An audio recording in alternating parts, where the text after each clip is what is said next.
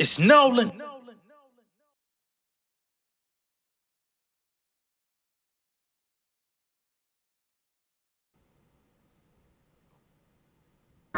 Yeah, show respect when you see me. Recognize it from TV. The lyrics just rain out with the wisdom like Mr. Feeney. Used to listen to Beanie, little nigga like a preemie. Overcame like a fiendie with my friends like Houdini. I showed up, showed out, coaches spoke out. More clout, no doubt, more shouts came in my direction. Perfection, confession. I came into this game with an obsession. Now my aggression will probably blow your brains in a session. I get my mother for greatness. Ain't gotta speak when you see me, the music just loving the conversation. I stay with my dogs, personification, yeah. Came on over, you be patient, yeah. Used to be down at the station, yeah. Throwing that dirt on my name, I'm fucking the game up like it's relationship. The population feel my pain through telepathy. Once upon a time, I thought fame was my destiny. No stains on my legacy. I came with the recipe, literally, theoretically, snapping on tracks like celery. Ooh, realistically speaking, you can't appease them. For 10 years, I gave them the word straight like a deacon. Information leaking, inspiration fading. I hate to say it, my first impression was better. This word to Jason Tatum, feng shui root like Kanye out in Bombay. John Blaze flaming these tracks like it's an entree in broad day. Running these niggas off of my quarters. These youngers play the corners like R.W. McQuarters. I'm Ricky Waters, I just play my position. Ricky Williams in New Orleans, I don't play when I'm lifted. Put and play my predictions without swearing my pivot bet on myself. Oh, watch it how the payout is giving my nickel.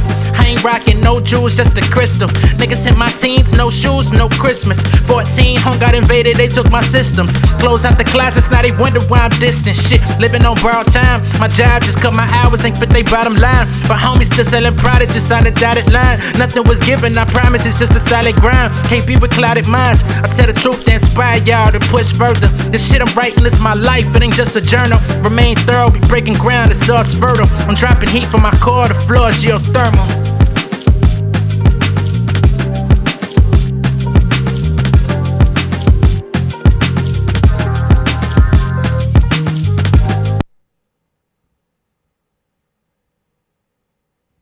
What's going on, beautiful people? It's the kid J Nolan here. Welcome back to another episode of Inside the Industry, your number one source for music, entertainment, commentary, and breakdowns.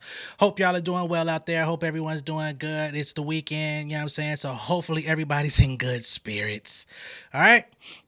I do want to take just a quick moment to address the Nicki Minaj video that aired earlier today.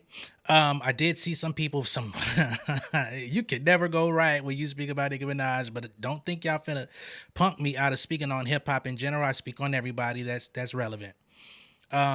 We did talk about the Spotify golden standard exhibit or whatever. We talked about Nicki Minaj not being included. It was revealed, I guess, yesterday at some point, but now it's going viral today that the young lady who actually painted that piece and that entire exhibition, she came out and said that Nicki Minaj declined to be a part of that. So for anybody that's coming to this video from the previous, or if you haven't seen it yet and you end up perusing through the Inside the Industry files and you watch it, just understand Nicki Minaj, for whatever reason, decided she did not want to be a part of the exhibit. Therefore, she was not. So I wanted to go ahead and clear that up before we get into today's show. Okay, it's all good. I recorded that ahead of time. You see I'm in a totally different outfit, everything like that was done. It was in the queue and then more information dropped, but I wasn't going to stop it from dropping. You know what I'm saying? It's just kind of that simple. Now, what we're going to be getting into today is Kendrick Lamar's engineer came out and gave us a little bit of insight, very little insight, because this is only a snippet. Looks like there's a podcast coming soon from the Engineers, which is ran by Mixed by Ali, who's also part of TDE. He's contributed on all of Kendrick Lamar's albums in terms of mixing. But Kendrick's actual mastering engineer came out and talked about basically the high stakes and the fast turnaround that was needed in the midst of the battle between Kendrick and Drake. And so we're gonna go ahead and check that little snippet out just so we could get a little bit of insight from somebody affiliated, you know what I mean, with the camp. He's been working with Kendrick for some time now as well. One of Kendrick's mastering engineers, because he's not the only, but he is one of them. Because I remember seeing years ago the mastering engineer behind Humble was not this same guy. So we're gonna go ahead and pull his clip up, and we're gonna clarify some of the narrative that's going around about this video as well. So I think this is actually pretty key. You were part of the Kendrick and Drake battle as far as mastering. What's it like to be a part of arguably the biggest rap battle in history? It was a little crazy. I got a call and it was like, stay on call. You're going to be working. Yeah, just say you're you work for us now. And that's what it was like. Like, I get the song, like 6 minutes would elapse and they'd be like, how we looking? It was very high pressure, you know? As Dot was releasing these records, it was like I was churning in the masters. It would drop like 12 minutes later. Like it would be Yeah. like, yeah, the master's fire. And that was what it was like. It was amazing. All right. So that was Nicholas DePorcel. Shout out to him for even coming out, or DePorcel. Shout out to him for even coming out, speaking on this. You know, it seems like a lot of people that are kind of in the fray haven't spoken about any of this stuff. Probably would prefer not to, especially when you think about relationships in the game or whatever. You know what I'm saying? Don't want to necessarily throw themselves in the hat for enemies and stuff just because they contributed to the records. So shout out to him for even speaking on the situation, even making it known that he was a part of the team that was shipping this stuff out there. But I do want to clear some things up. As this video was surfacing online, primarily on Twitter is where I saw it, they were basically trying to say that Nicholas was confirming that Kendrick Lamar did not pre-record the records that were coming out against Drake. Now, I don't know about y'all, but I didn't see any confirmation in that video that states nothing was pre-recorded, right? Now, from my perspective as somebody who actually contributes and works in the music game and knows how mixing and mastering works, you could send somebody literally a master at any time. I could have a mix sitting on my computer right now and send it over to a mastering engineer and just say, hey man, I need you to master this for me. I've had this song sitting on my hard drive for 6 years. Go ahead and master it for me so I can put it out. So the fact that they sent it to the mastering engineer and they were releasing the song, you know, what he was saying was 12 minutes later or what have you, that doesn't mean that Kendrick Lamar was literally in the studio sending these records over soon as they were done. You know what I'm saying? Some people were like, Kendrick was in the studio recording Meet the Grrrls as Drake was dropping Family Matters and it came out 30 minutes later. That's fucking crazy talk, man. The obsession with this battle, at that point, when you start talking about stuff like that, you have reached an unfathomable fandom that I don't even want to speak on. You know what I'm saying? I think we can pretty much, you know what I mean?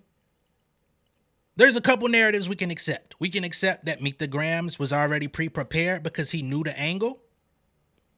You know what I mean? We could even go with the narrative that Kendrick Lamar heard Family Matters. You know what I'm saying? Because Family Matters was previewed at the end of Push-Ups, right? Drop a 50 bag of the mob in the spot.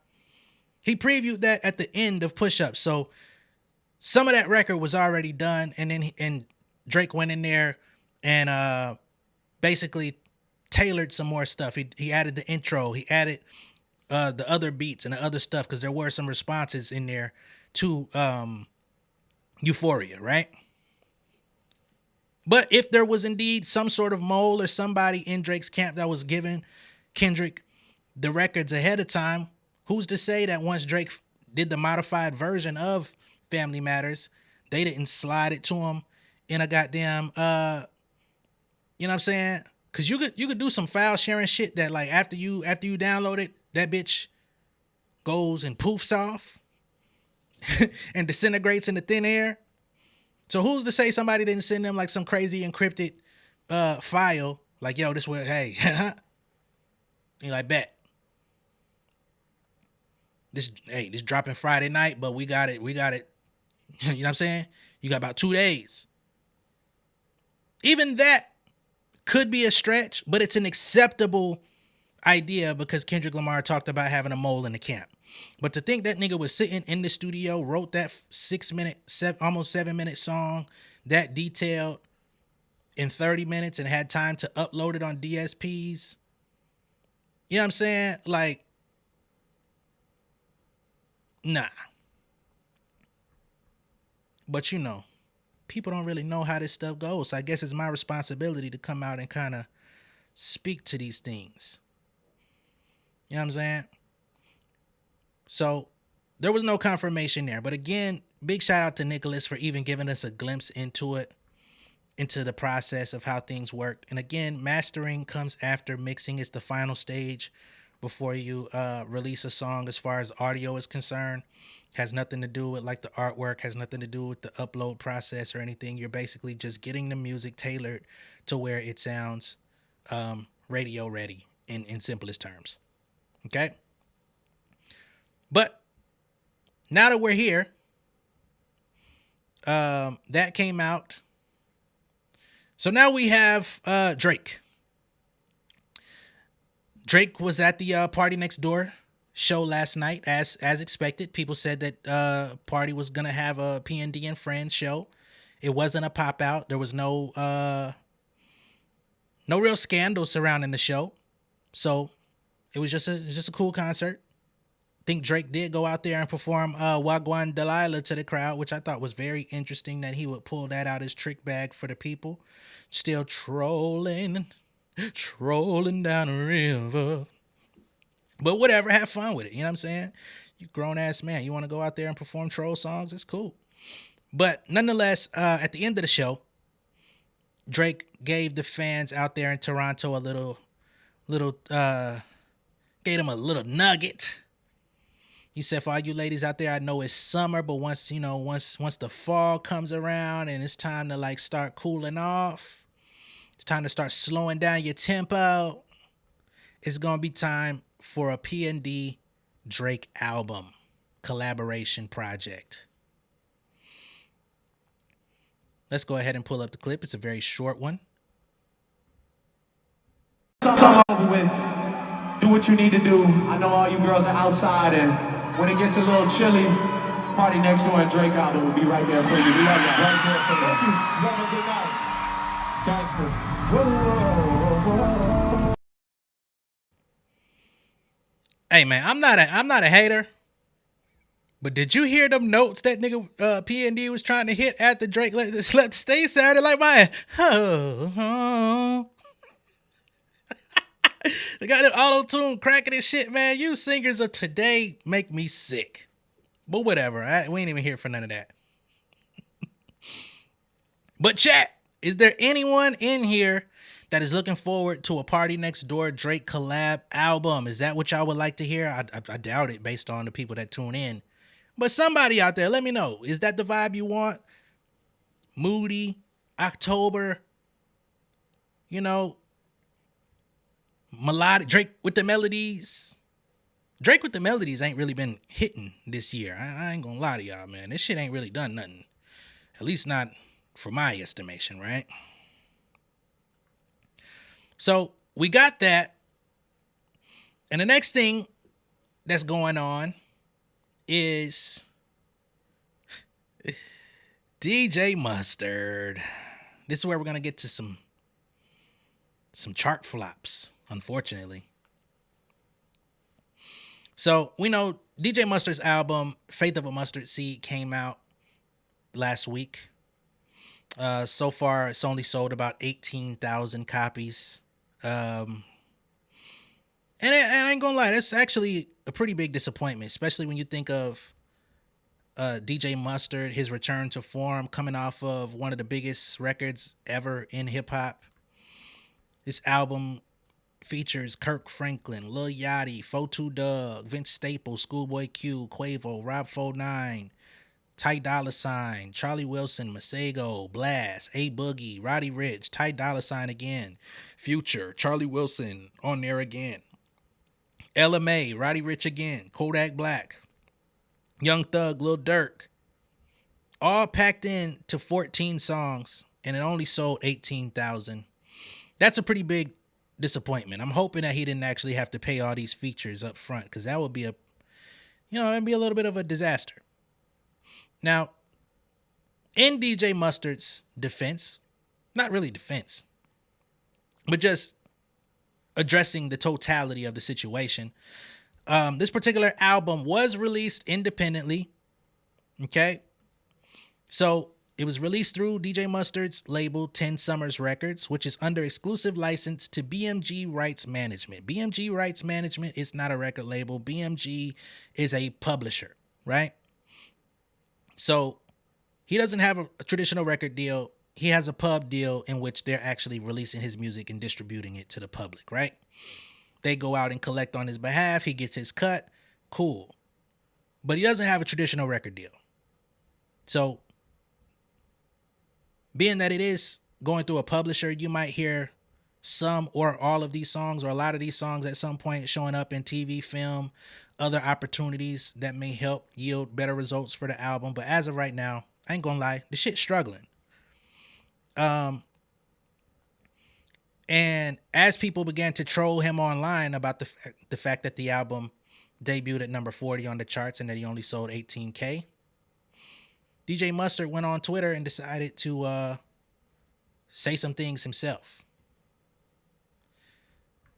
All right. So DJ Mustard comes out and says, album sales are a form of white supremacy. You niggas racist.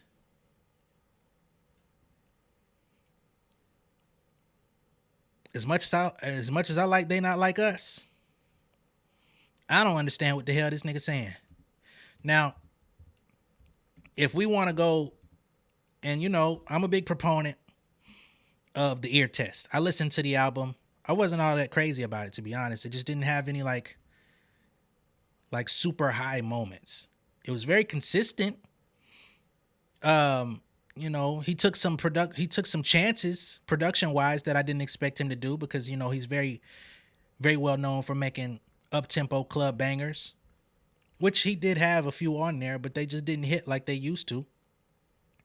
So he's in a situation right now where his 10 Summers album that dropped over 10 years ago came out on Roc Nation Republic, right? That album, let's see, how did that perform on the charts? On the Billboard 200, it came out and debuted it peaked at 143. I don't see the record sales for this album, though, so it must not have sold all that great, but it did pretty well as far as like producing some hits. Producer albums, they're not always expected to do great, but I think Metro Boomin has definitely shown how you can run it up. Let's see. Mustard's second producer album, Cold Summer, that's 2016. How did that one perform? Even worse than the first one. Yikes. He had Nicki on there, all types of people. Right? Oh, man, that's tough. But his 2019 album, after leaving Roc Nation, he went over to Interscope, launched his own label, 10 Summers. Perfect 10 came out, and that album went platinum. It actually sold 500,000.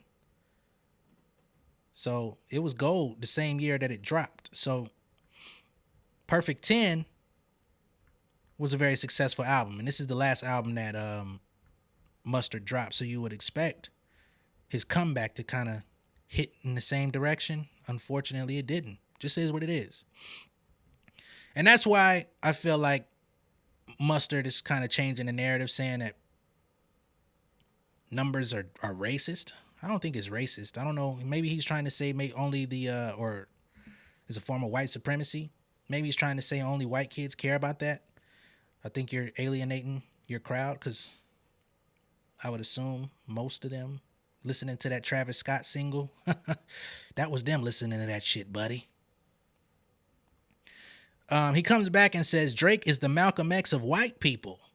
And academics, make sure you post Gordo season first week since Drake thought he did a thing with making him drop on the same day as me. So he comes back. So one, he says album sales are a form of white supremacy. Then he comes back and says Drake is the Malcolm X of white people. So I find this to be very interesting as well. When Not Like Us dropped, DJ Mustard wanted no smoke, right? Even in the midst of everything going on, and it was perfectly fine and safe for him to have smoke with Drake, he wanted none. He even said wearing the Toronto Blue Jay hat was a complete coincidence. Now all of a sudden the album is out. It's not doing all that well. Now he wants to say Drake is the Malcolm X of white people, taking shots at him, taking shots at academics, and taking shots at Gordo, which, Drake just did 2 features on Gordo's album, which we're going to get into in just a minute. So Mustard's tune has changed. Now he wants an issue. I don't even know what the Malcolm X of white people even means. But better luck next time, brother. You still got the hardest song of the year, though. I mean, you do have that. Right? Whoo, shit. So now we got the Drake super fans coming out, right? And they're asking, number one, why Kendrick didn't show up on the album as a feature. He did have one of those songs blanked out when the official track list came out. People was pretty much very sure, like for certain, we're gonna get that Kendrick feature on there. It's blanked out for a reason. He's about to body this guy. Didn't happen.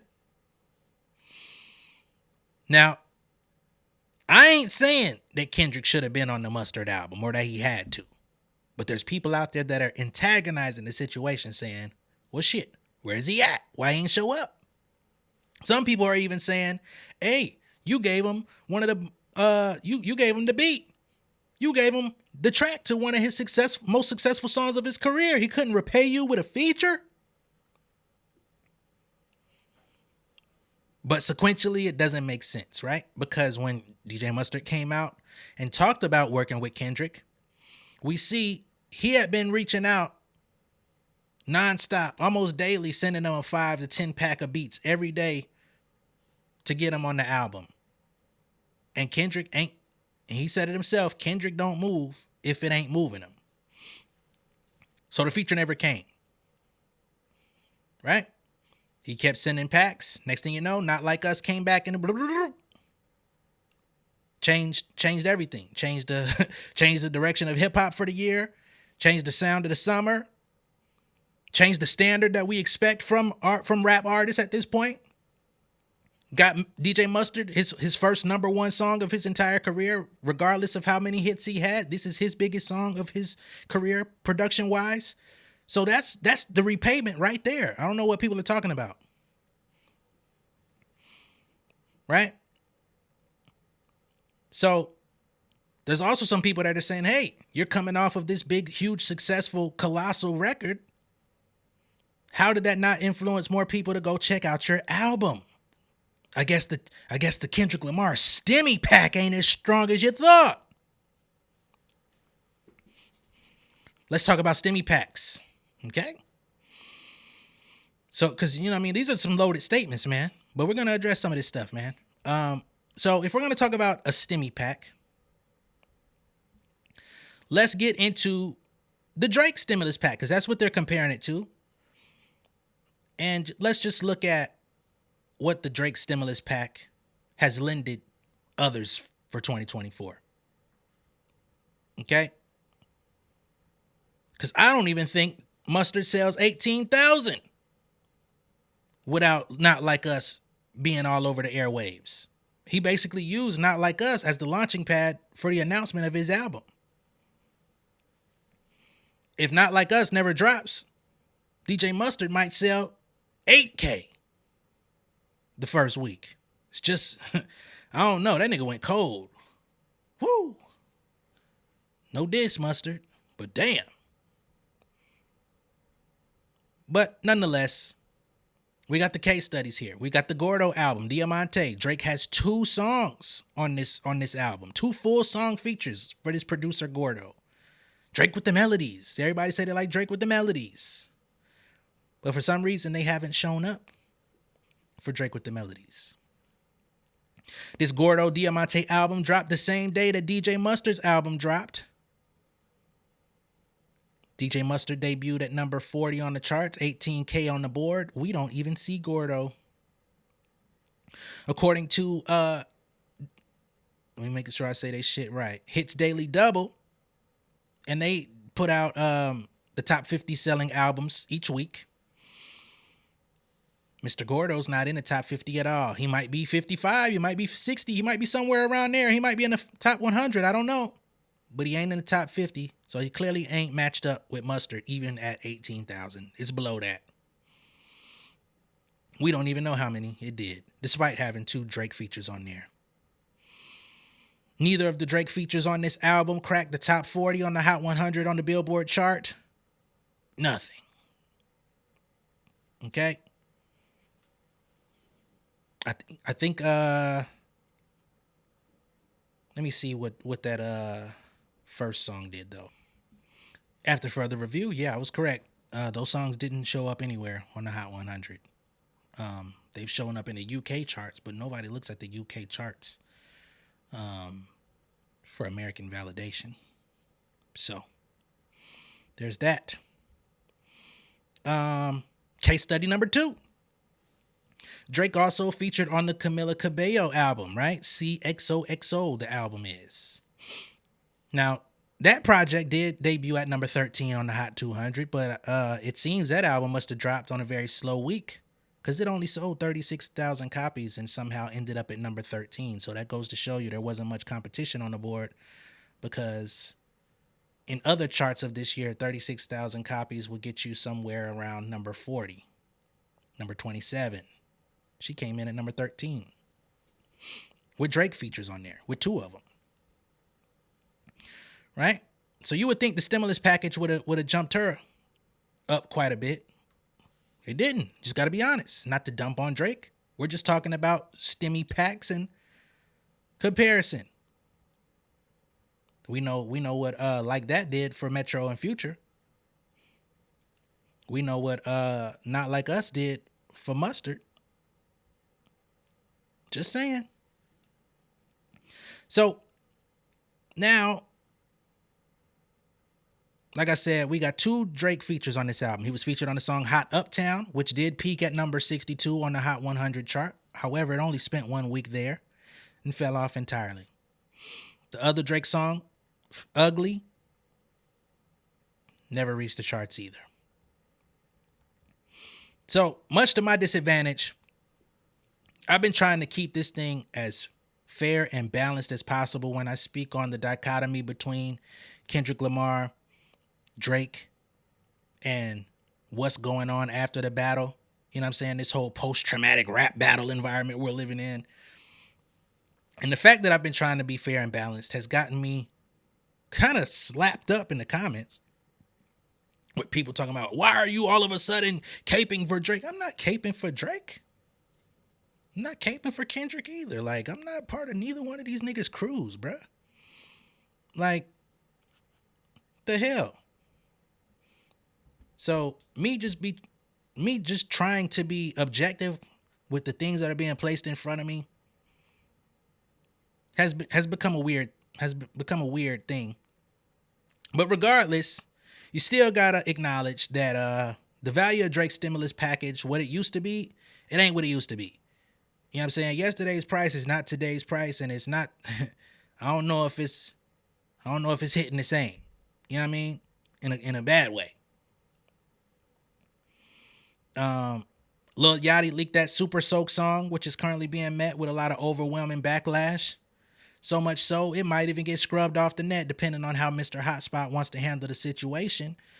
He could be suing them for copyright infringement or sending them a cease and desist for sampling his music after he said he didn't want to be a part of it. So that's not working. Drake with the melodies ain't working. It just seems that the public has become averse to the nigga. You know what I'm saying? Just is what it is. So with that being stated and just looking at things objectively, where do we see this Drake and PartyNextDoor project going? Not too far, honestly. Now, it could drop and The whole narrative could change. You can't count nobody out. I've said this about numerous artists on my channel. I have to say that about Drake. You can't count him out. He is a fucking corporate darling. He has the machine behind him. Things can be manufactured in his direction if needed. Or they could just pour more money into the nigga for marketing and promotion. But whatever the case may be, if it's the same tired melodies that he's been trying to force on the people for the last his whole career, I don't want to hear that shit. I've told y'all I prefer rap Drake. If Drake comes out rapping tomorrow, I'm probably gonna listen to it. He come out with the same shit he been doing. I don't know what. No, I ain't gonna listen to that shit. I never have. Only song I ever enjoyed of him in that vein was Hold On, We're Going Home. That's it. That's the only one. Anyway, PartyNextDoor's album dropped earlier this year, PND 4. That album sold like 30K.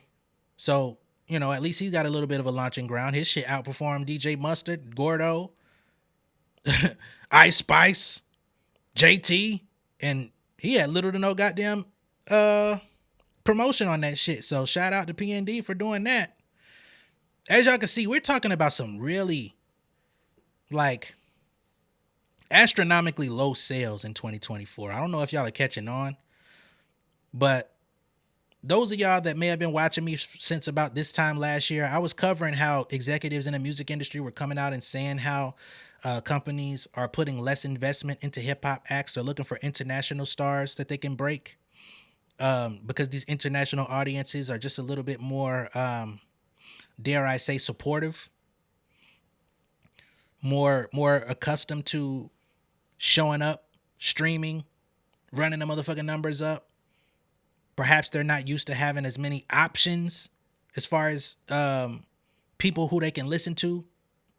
Because if you go into the, you know what I mean, the top artists for Afro beats, you got like 6 niggas to listen to. You know what I mean? Of course, there's a ton of others that are trying to get their spot, but just talking about like the top of the top.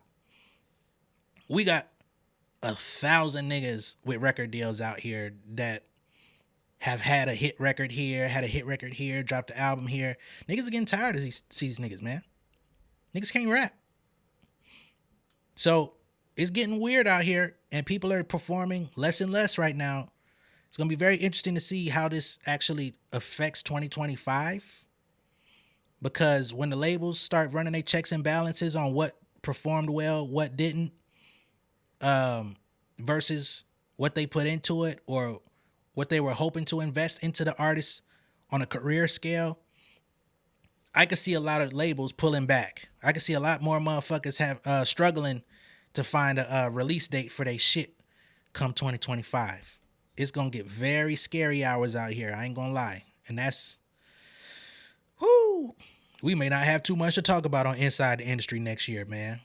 We might have to revert back to being like a straight up music business program.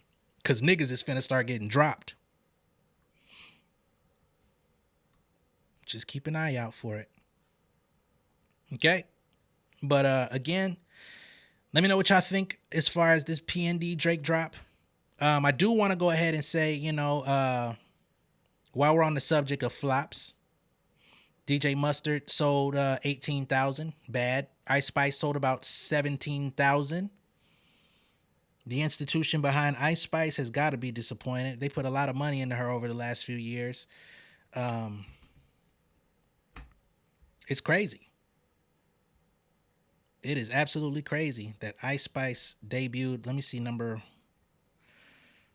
She's like right there behind DJ Mustard. Where that 17,000 at on Ice Spice? Hold on.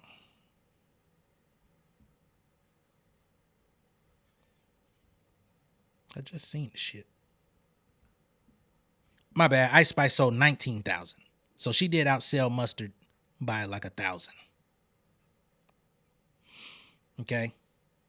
Interestingly enough, Megan Thee Stallion is still on the charts. She's at number 37 this week. She just sold another 19,000 herself. Album been out for what? About 5 weeks now? 4-5 weeks. She just sold another 19 while Ice Spice debuted with 19.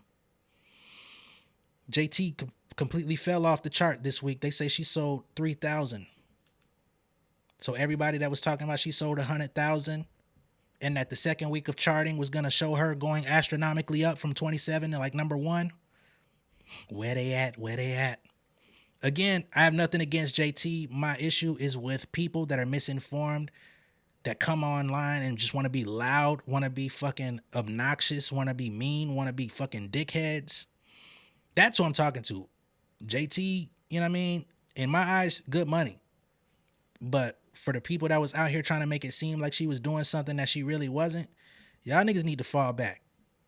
All right? Let me know what y'all think of all this down below in the comments. Be sure to like and share this video. If this is your first time seeing me on YouTube, go ahead and subscribe to the channel, become an insider, and I'll catch y'all on the next one. Much love and respect, y'all. Peace. King of my city and cul-de-sac. Coming out swinging like soldier rags. Leading my people like quarterback. Boy, I study this shit, I'm an almanac. Had to get up and grind. Knowledge is booming, I'm here to apply. Came with the chip and the dip, it just single the mind. We finna do more than survive. I need my check. Spinning the block for the Gouda. We hitting the jeweler to flood out the net. We don't do beef for computers, I'm straight out the sewer. We come when you rest. Niggas be looking perplexed, so keeping my foot on their neck. No map, I trust my gut for the quest. With drama, I'm fully abreast. I was ready for years and they doubted me. All of a sudden they tell me they proud of me. I been dropping these haters like calories. Cross them out, I came back with some batteries. Stand for my honor, but too raw, no corner. Packing the stick with a drummer. Wanna catch my bad, won't fumble. I done came too far to be humble.